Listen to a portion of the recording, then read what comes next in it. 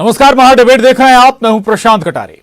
तो चुनावी साल में भ्रमजाल ऐसा कि कभी कांग्रेसी दावा करते हैं कि अमुक नेता हमारे यहां आ रहे हैं, तो बगैर देर किए जिन नेताजी का नाम चर्चाओं में था वो खुद सफाई देने आए कि वो पार्टी छोड़कर कहीं नहीं जा रहे। यानी चुनावी साल में भ्रमजाल जबरदस्त है। चर्चा करेंगे, लेकिन पहले रिपोर्ट देखिए।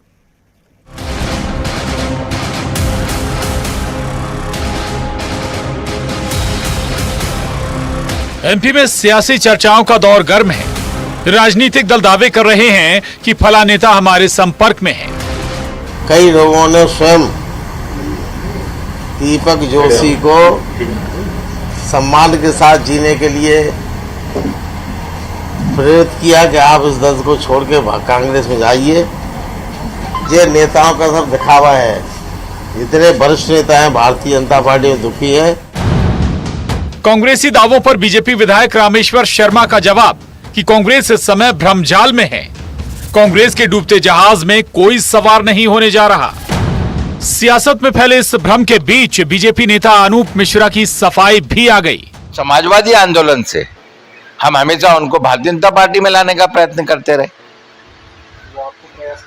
वो हमको प्रयास कर रहे हैं और दोनों के प्रयास अभी तक सफल नहीं हुए हैं और आगे भी मुझे कोई संभावना दिखती नहीं कि सफल होंगे, क्योंकि अब वो नेता प्रतिपक्ष हैं। कांग्रेस, कमलनाथ जी, नेता प्रतिपक्ष जी, दिग्विजय सिंह जी, इनकी डूबते हुए जहाज में समझदार मानव, मध्य प्रदेश का समझदार राजनीतिक विश्लेषक और समझदारी से राजनीति करने वाला व्यक्ति और समझ के हिसाब से चलने वाला व्यक्ति कांग्रेस के डूबते जहाज पर कोई सवार नहीं होगा। इससे पहले न्यूज 18 के खास कार्यक्रम बात बेबाक में एडिटर सुधीर दीक्षित के सवाल पर प्रदेश के नगरीय विकास एवं आवास मंत्री भूपेंद्र सिंह पहले ही दल बदल करने वाले नेताओं को नसीहत दे चुके हैं। इन दिनों दल बदल का दौर बड़ा जारी है। इसको लेके कई लोगों के नाम सामने आ रहे हैं। आपको लगेगा कि चुनावी साल में ये नेता जो दल बदल करेंगे, आपको कितना असर आपको लगता है कि चुनाव पर असर डाल सकता है? ये मैं ये सब मान के चलता हूँ सुधीर जी कि चुनाव के समय नेताओं का जो दल बदल होता है वो अपनी महत्वाकांक्षाओं के कारण होता है। शिकायत भी करते हैं ऐसे लोग कि पार्टी में हमारी पूछ परख नहीं हो रही थी या सब हमें पद नहीं मिला है। वो सब महत्वाकांक्षा ही रहती। पूछ परख नहीं हो रही थी तो फिर आप 5 साल क्यों थे जी? चुनाव के समय आप पार्टी क्यों छोड़ रहे? बिल्कुल। तो ये तो सब राजनीतिक सौदेबाजी होती है। और मैं ये मानता हूँ कि भारतीय जनता पार्टी को जिसने भी छोड़ा है या जो भी भारतीय जनता पार्टी छोड़ के गया है उसकी राजनीतिक हत्या हो जाती है, मतलब उसका राजनीतिक भविष्य समाप्त हो जाता। मौजूदा वक्त में कांग्रेस भले दावे कर रही हो, लेकिन रिकॉर्ड में कांग्रेस छोड़ बीजेपी में आने वालों की सूची लंबी है। इधर जिन पर चर्चाएं हो रही वो खुद मौन हैं और कांग्रेस भ्रम में। भोपाल से शैलेंद्र भदौरिया, रंजना दुबे के साथ bureau report, news 18, Madhya Pradesh, Chhattisgarh. चर्चाएं जमकर चल रही हैं, लेकिन केवल चर्चाएं ही हैं और वास्तविकता अभी तक जमीन पर आई नहीं है। आज हम चर्चा करेंगे। 3 खास मेहमान हमारे साथ जुड़ रहे हैं। सनवर पटेल साहब हैं, वक्फ बोर्ड के चेयरमैन हैं। बहुत स्वागत है सनवर पटेल साहब आपका न्यूज 18 पर चर्चा में। और हमारे साथ विभा पटेल जी, अध्यक्ष मध्य प्रदेश कांग्रेस की। बहुत स्वागत है विभा जी आपका न्यूज 18 पर। और वरिष्ठ पत्रकार दिनेश निगम त्यागी जी हमारे साथ इस चर्चा में जुड़े हैं, आपका भी बहुत स्वागत है। विभा पटेल जी, तमाम दावों के बीच, तमाम चर्चाओं के बीच बीजेपी कहती है कि कांग्रेस इस वक्त भ्रमजाल में है। देखिए, भारतीय जनता पार्टी की यही खुशफहमी रहती है। पिछली बार भी जब चुनाव हुए थे 2018 में, तो वे इसी भ्रम में और इसी खुशफहमी में जी रहे थे। दरअसल आज जिस तरह से भारतीय जनता पार्टी ने जो खरीद फरोख्त करके सरकार बनाई है, उनका विश्वास लोकतंत्र में तो है नहीं। और इसीलिए जो जिस दंभ में वो 15 साल से जो दंभ उन पर चढ़ चुका है, उसी दंभ के चलते वो ये सब बातें कर रहे हैं। क्योंकि ना तो उन्हें अब कार्यकर्ताओं की परवाह है, ना ही मतदाता की परवाह है, क्योंकि उनका लोकतंत्र में विश्वास ही नहीं है। जी नहीं, भ्रम में रामेश्वर शर्मा जी कहते हैं कि आप भ्रम में तो हैं ही, साथ ही भाई कांग्रेस डूबता जहाज है। देखिए, डूबता जहाज कौन सा दल है, कौन सा नहीं, ये तो चुनाव ही बताएंगे। लेकिन ये तो रामेश्वर जी खुद अपने मन में भी जानते हैं कि किस तरह से जनता ने उन्हें डुबो दिया था 2018 के चुनाव में, और ये इनके इन प्रकार जिस तरह से उन्होंने विधायकों को खरीद फरोख्त कर सरकार बनाई थी, उसे आप लोकतंत्र की सरकार नहीं कह सकते, जनता के द्वारा चुनी हुई सरकार नहीं कर सकते। ये खरीदी हुई सरकार में स्वयं चल रहे हैं, और भले ही ये कितने भी दावे क्यों ना करें, सच्चाई यही है कि आज डूबता जहाज भारतीय जनता पार्टी है। सनवर पटेल साहब सुन रहे हैं आप, हालांकि दावे गोविंद सिंह जी के भी हैं, हालांकि जिनका वो नाम लेते हैं उनकी सफाई भी आ गई है। दीदी हमारे बहुत ही वरिष्ठ नेता हैं, मैं उनका व्यक्तिगत रूप से सम्मान करता हूं, इसलिए अपने शब्दों को बहुत ही संयमित रखने की कोशिश कर रहा हूं। अब देखिए, डूबता जहाज का जहां तक प्रश्न है, तो उन्होंने कहा कि डूबता जहाज तो कौन है। अब हमारे सामने है कि आज कांग्रेस के एक बड़े नेता प्रतिपक्षी यह आरोप लगाते हैं, नाम लेकर आरोप लगाते हैं, और जिनका नाम लेते हैं उनका बयान आ जाता है, तो डूबता जहाज कौन हुआ? तो ये तो कोई तर्कसंगत बात ही नहीं हुई। देखिए, उन्होंने कहा कि लोकतांत्रिक तरीके की सरकार नहीं है। देखिए, निश्चित रूप से 2018 के जो चुनाव परिणाम आए हमारे सामने थे, और उन चुनाव परिणाम के बाद नेक टू नेक 1-2 सीट भी ऊपर थी, तो भारतीय जनता पार्टी ने नैतिकता के आधार पर ना कोई बात ना कोई चीज, सीधे इस्तीफा दिया शिवराज सिंह जी चौहान साहब ने। और सरकार जिस तरह से चली वो आपके सामने है। जिस तरह से आपने प्रश्न किया सिंधिया जी से कि अगर वचन पत्र पूरा नहीं होगा तो क्या करेंगे, उन्होंने कहा मैं रोड पर उतर आऊंगा। कमलनाथ जी ने कहा कि उतर जाइए रोड पर। कहां से लाते हैं इतना घमंड, कहां से लाते हैं इतना ईगो? और वो रोड पर उतर गए। लोकतांत्रिक तरीके से चुनाव हुए, 28 में से 19 सीटें भारतीय जनता पार्टी जीती, और लोकतांत्रिक तरीके से सरकार बनी है। और आज भारतीय जनता पार्टी की सरकार ने जनहित के तमाम कार्य किए, और उसी का परिणाम है कि 18 के चुनाव के बाद 19 के चुनाव आए। 19 में हम लोकसभा में 29 में से 28 सीटें जीते, 20 के उपचुनाव हम जीते, 21 के चुनाव जीते, और 22 के सारे पंचायत के और नगर निगम के चुनाव जीते। और अब 23 आ रहा है, 23 के चुनाव में Bharatiya Janata party clean sweep करने वाली है। भगदड़ की स्थिति कहीं बनेगी तो कांग्रेस में बनेगी। लोग अपना अस्तित्व बचाने के लिए अन्य पार्टियों की ओर देख रहे हैं, क्योंकि कांग्रेस में ना नीति है, ना नियत है, ना नेतृत्व है। वहां कोई विचार नाम की चीज नहीं।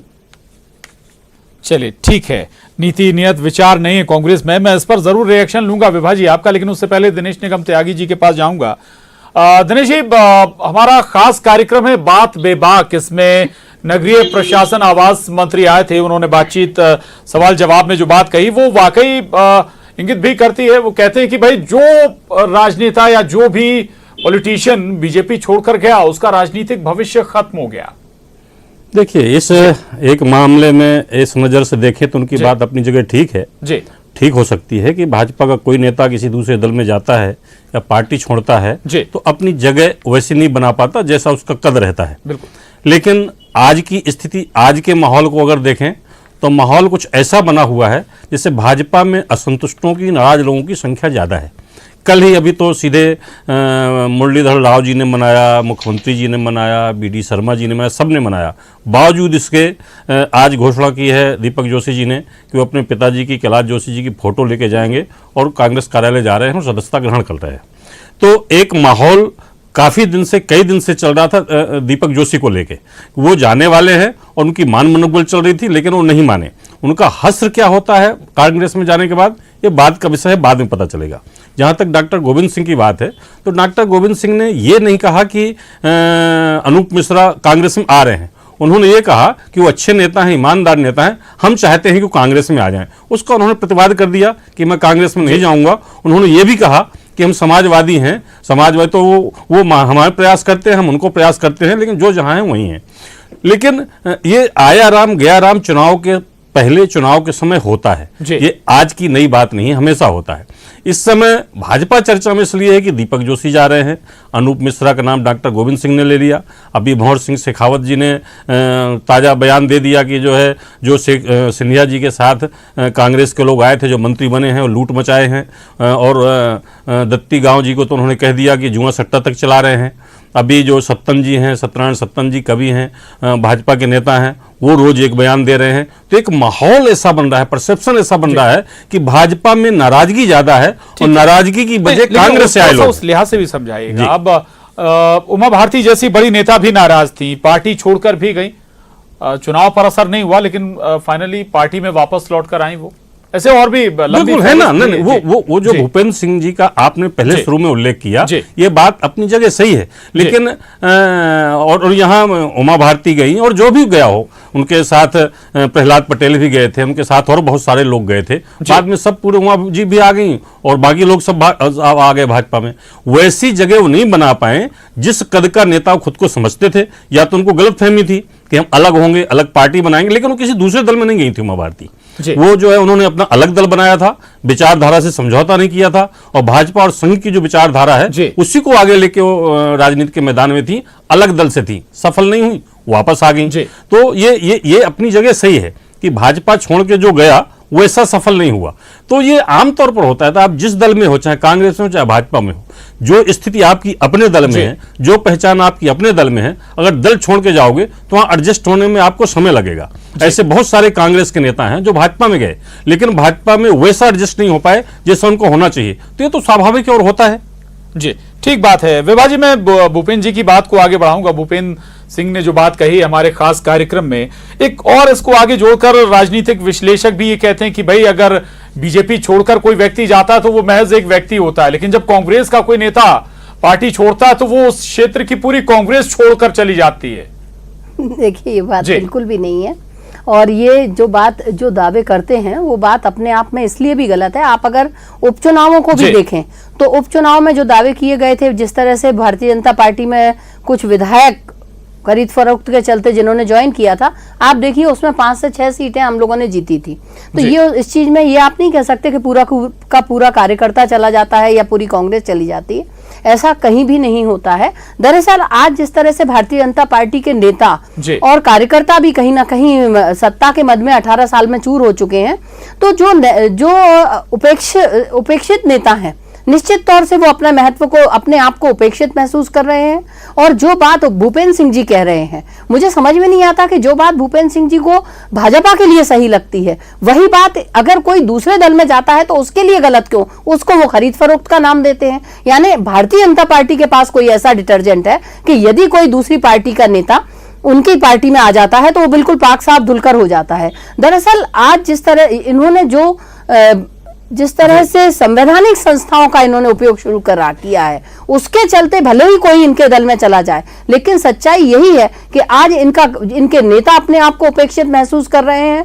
जिन कार्यकर्ताओं की सुनवाई नहीं हो रही है, दम्भ में चूर नेता उन पर ध्यान नहीं दे रहे हैं, और इन्होंने ये मान लिया है कि भले ही हम लोकतांत्रिक तरीके से चुनकर ना आए, लेकिन हमारे पास एक ऐसी छड़ी है जिससे हम वापस सरकार बना इलेक्शन हुआ था, आप सीट भी गिना रही थी, 28 सीटों पर इलेक्शन था, 9 सीटें आपके पास आई थी, उनमें 19 सीटें तो बीजेपी के पास गई थी। रेशियो तो देखिए रेशियो पे आप जा रहे हैं। सत्ता में जो भी दल होता है निश्चित तौर से उपचुनावों में उसका लाभ मिलता है, लेकिन जो नेताजी बड़े जोर शोर से अपने लोगों को लेकर चले गए थे, उनसे पूछिए कि क्यों ग्वालियर चंबल संभाग में पूरी सीटें वो नहीं जीत पाए थे। दरअसल कार्यकर्ता हमेशा आस्था के साथ जुड़ा रहता है, और कार्यकर्ता जिस पार्टी के साथ रहता है वो उसी पार्टी के साथ रहता है। नेता चाहे कितने भी दावे क्यों ना करें, लेकिन सच्चाई यही होती है कि नेता अगर अपने आप को उपेक्षित महसूस कर रहे हैं तो वो बड़े कदम उठाते हैं, और निश्चित तौर से आज भारतीय जनता पार्टी के जो नेता अपने आप को उपेक्षित महसूस कर रहे हैं, वे अपना स्थान कांग्रेस में ढूंढ रहे हैं। ठीक है, सनवर पटेल साहब, विभा जी को आप सुन रहे थे, वो कह रहे हैं कि भाई आपके यहाँ अगर नेता आता है तो वो पाक साफ होता है, धुला होता है, लेकिन अगर आपके यहाँ से जाए तो वो खरीद फरोख्त है। देखिए प्रशांत जी, खरीद फरोख्त की बात भी इन्होंने ही की। यह आरोप किसने लगाया? जब त्राहिमाम मध्य प्रदेश में मचा 15 माह की सरकार में, अभी भूपेंद्र सिंह जी ने क्या कहा सनवर भाई? भूपेंद्र सिंह जी ये कह रहे हैं कि आप भूपेंद्र सिंह जी का बयान तो सुनिए, वो क्या कह रहे हैं। कहाँ खरीद फरोख्त बोला दीदी उन्होंने? ये कहा कि जी, चलिए बोलिए। जी बोलिए, आप क्या कहा सनवर जी? जी देखिए, खरीद फरोख्त के सदैव आरोप कांग्रेस ने लगाए भारतीय जनता पार्टी पर, लेकिन भारतीय जनता पार्टी कभी भी सत्ता के लिए काम करने वाली पार्टी नहीं। भारतीय जनता पार्टी विचार के लिए काम करने वाली पार्टी, राष्ट्र के लिए काम करने वाली पार्टी। जब त्राहिमाम मचा 15 माह में, तो कांग्रेस के साथियों ने इस्तीफा दिया है अपनी विधानसभा से, उन्होंने मध्य प्रदेश को बचाया है। आज कांग्रेस के पेट में दर्द इसी बात का है कि वो सारे नेता आज भारतीय जनता पार्टी में आकर और किस प्रकार से समरस होकर और मध्य प्रदेश की भलाई के लिए काम कर रहे हैं। आज इनको लगता है कि यहां उद्दंडता क्यों नहीं होती, क्योंकि यहां राष्ट्र के लिए काम होता है, यहाँ विचार के लिए काम होता है, यहाँ नीति है, यहाँ नियत है, यहाँ नेतृत्व है। कांग्रेस में ये सब नहीं है। कांग्रेस में जूतम पैर कह रहे हैं कि कांग्रेस से आए हुए नेता लूट मचाए हुए हैं। अगर वो आपके यहाँ इतने समरस हो चुके हैं, आपकी नीतियों को अपना चुके हैं, तो आपके ही नेता ये क्यों कह रहे हैं कि कांग्रेस से आए हुए जो मंत्री हैं उन्होंने लूट मचा रखी है? शायद यही परंपरा आपकी पार्टी की है कि आपकी पार्टी में जो मंत्री होते हैं वो लूट ही मचाते हैं, तो वही नीति उन्होंने भी अपना ली है। सनोवर भाई, स्वीकार करिए सत्य को। ये आपका बयान हो सकता है दीदी, भारतीय जनता पार्टी का नहीं। भारतीय जनता पार्टी के सारे नेताजी ने कहा है नीचे तक, और आपने बार बार कहा कि जो है हमारे नेताओं की स्थिति क्या है। देखिए, भारतीय जनता पार्टी का नेता कभी भी सिर्फ टिकट लेकर चुनाव लड़ने के लिए नेता नहीं है। भारतीय जनता पार्टी में जितने कार्यकर्ता है, सबसे पहले मूल कार्यकर्ता का भाव लेकर और मध्य प्रदेश की भलाई के लिए, देश की भलाई के लिए काम करने वाले नेता हैं और विचार के लिए काम करने वाले नेता हैं। इसलिए यहाँ कोई फर्क नहीं पड़ता कि एक्स को टिकट दिया जाए या वाई को। टिकट मांगने का अधिकार सबको होता है, और जब पार्टी एक टिकट तय कर देती है तो सारे लोग एक साथ होकर भारतीय जनता पार्टी को विजयश्री दिलाने में प्राण से लग जाते हैं। उसी का परिणाम है कि बारंबार मध्य प्रदेश की जनता भारतीय जनता पार्टी को आशीर्वाद देने का काम कर रही है। ठीक है विभा जी। देखिए, ये बात भले ही आज सनोवर भाई कुछ भी कहें, लेकिन आपने भी समाचार पत्रों में देखा, पढ़ा होगा, और आज हमने भी उसको देखा कि किस तरह से इनके असंतुष्ट कार्यकर्ता जोर जोर से चिल्लाकर ये कह रहे हैं कि अगला चुनाव कैसे लड़ेंगे, जबकि उनकी सुनवाई नहीं हो रही है। जो लोग सत्ता में बैठ गए हैं, जो मंत्री पदों पर बैठे हैं या नगरीय निकायों में मुखिया की कुर्सी पर बैठ गए हैं, वो आज आम कार्यकर्ता की सुनवाई नहीं कर रहे हैं। देखिए, आज भारतीय जनता पार्टी में जो भी नेता मंत्री बन चुके हैं, आज कहीं ना कहीं आम कार्यकर्ता अपने आप को उपेक्षित महसूस कर रहा है, और उसी का कारण यह है कि वो लोग आज अपना अन्य दलों में अपना स्थान खोज रहे हैं, कांग्रेस में आना चाह रहे हैं। तो इसमें गलत क्या है? यदि अगर सत्ता के मद में नेता लोग उन्हें उपेक्षित महसूस कराएंगे तो वो अपनी जगह ढूंढेंगे, और अपना स्थान उन्होंने राजनीति में जो इतने बरस संघर्ष करके किया है, और उसको भी अगर आप स्थान नहीं दे पाते हैं, जिन्होंने पार्टी खड़ी की है, जिन्होंने आपके संगठन को एक मजबूती दी है, और उनकी ही अगर उपेक्षा होगी तो निश्चित तौर से वे कहीं ना कहीं, और खासतौर से कांग्रेस में अगर अपना स्थान ढूंढ रहे हैं, तो इसमें गलत क्या है? जिन नेताजी की सफाई आई, आप उन्हें भी आप देख सकते हैं कि कितने बरसों से वो अपने आप को उपेक्षित महसूस कर रहे हैं। भले ही किसी के दबाव में उन्होंने सफाई दे दी हो, भले ही किसी के समझाने पर उन्होंने सफाई दी हो, लेकिन सच्चाई यही है कि जिन लोगों ने भारतीय जनता पार्टी को सींचा था, जिन्होंने भारतीय जनता पार्टी के मूल में मेहनत की थी, आज वो अपने आप को उपेक्षित महसूस कर रहे हैं, और भारतीय जनता पार्टी में उन्हें महत्व नहीं दिया जा रहा है। चलिए सनवर जी, इस पर जल्दी भाई दबाव डलवाया था क्या विभाजी कह रही भाई सफाई देने के लिए? अनूप मिश्रा जी ऐसे हैं क्या? जी देखिए प्रशांत जी, आप उनका किरदार जानते हैं, आप उनकी मजबूती जानते हैं, कितने मजबूत व्यक्तित्व के धनी हैं, और कांग्रेस को जहां मंथन करने की जरूरत है, तो आपके यहाँ उपेक्षित है सनवर जी। दीदी माँ, मैं आपको बोलना चाहता हूं कि कांग्रेस को मंथन करने की जरूरत है। भारतीय जनता पार्टी में आप गुण दोष मत ढूंढिए। भारतीय जनता पार्टी मजबूत पार्टी है, और सारे कार्यकर्ता, सारे नेता भारतीय जनता पार्टी के एक हैं। सफाई जिस जोर से दे रहे हैं, आप जाकर अनूप मिश्रा जी से तो पूछिए कि आखिर वो क्यों उपेक्षित, उनको आपने कैसे हाल में डाला हुआ है। आज आप उनसे बयान दिलवा रहे हैं, लेकिन आप आज तक उनका महत्व नहीं समझ पाए, आपने उन्हें उपेक्षित कर दिया है, और यही कारण है कि आज अनूप मिश्रा जी कहीं ना कहीं बिल्कुल चुपचाप इसी एक कोने में पड़े।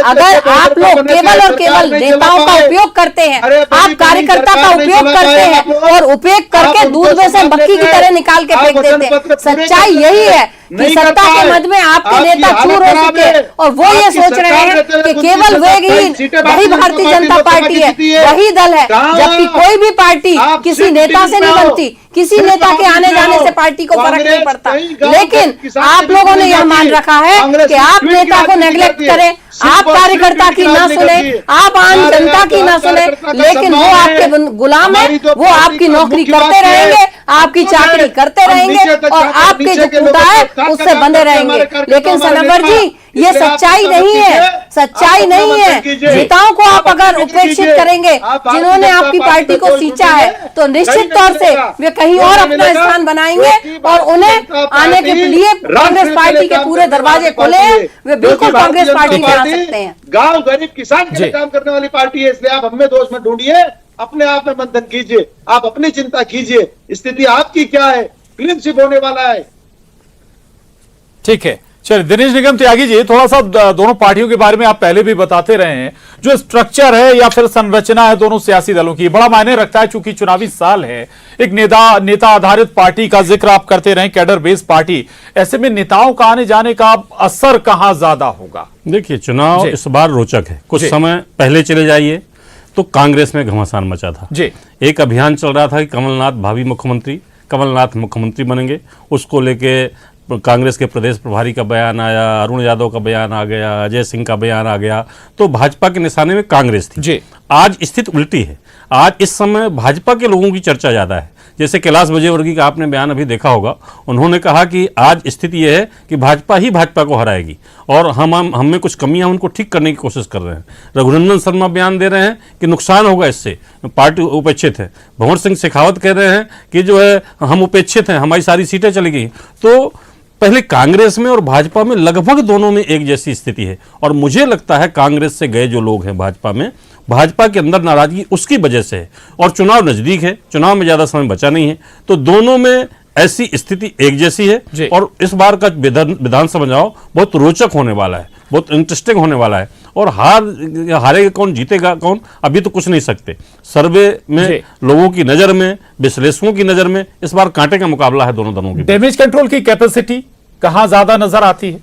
देखिए, इस समय आप भाजपा डैमेज कंट्रोल के मामले में नंबर 1 मानी जाती है, लेकिन अभी कुछ जैसे 2-4-6 दिन से, हफ्ते से दीपक जोशी के मामले में भाजपा फेल हो गई और भाजपा के कई नेता अभी जो बयानबाजी कर रहे हैं उन पर भी अंकुश नहीं लगा पा रही है भाजपा। अब इसमें संगठन की कमजोरी है कि सरकार की कमजोरी है। दूसरी तरफ कांग्रेस में भी ऐसा नहीं है कि लोग बाग बोलते नहीं है, कई लोग बोले, बीच बीच में बोले, लेकिन कमलनाथ जो कि एक बहुत वरिष्ठ नेता हैं, एक गंभीर नेता हैं और उनके कंट्रोल में पार्टी है, तो मुझे लगता है वो कहीं ना कहीं हैंडल कर लेते हैं और पार्टी नेतृत्व भी उनकी बात मानता है। अभी तो खबर यह है कि भाजपा नेतृत्व ने ऊपर से कहा है कि भाई ये इतना बवाल क्यों मचा हुआ है, इतनी बयानबाजी क्यों हो रही है, दीपक जोशी क्यों नहीं मनाया? यानी कि संगठन एक्टिव हो भी गया होगा अगर ऊपर से इस तरह का है। बिल्कुल है। मुरलीधर राव जो है रात में आए इंदौर और इंदौर में रात में बुला के 1 घंटे दीपक जोशी से बात की, तो नीचे से ऊपर तक पूरी पार्टी। माफी चाहूंगा दिनेश जी, वक्त की थोड़ी सी कमी है, लेकिन चर्चा को हम यहीं रोकेंगे, लेकिन आगे भी चर्चाएं मसलों पर होती रहेंगी। बहुत शुक्रिया विभा पटेल जी, सनवर पटेल साहब, दिनेश निगम त्यागी जी, बहुत धन्यवाद। डिबेट में इतना ही।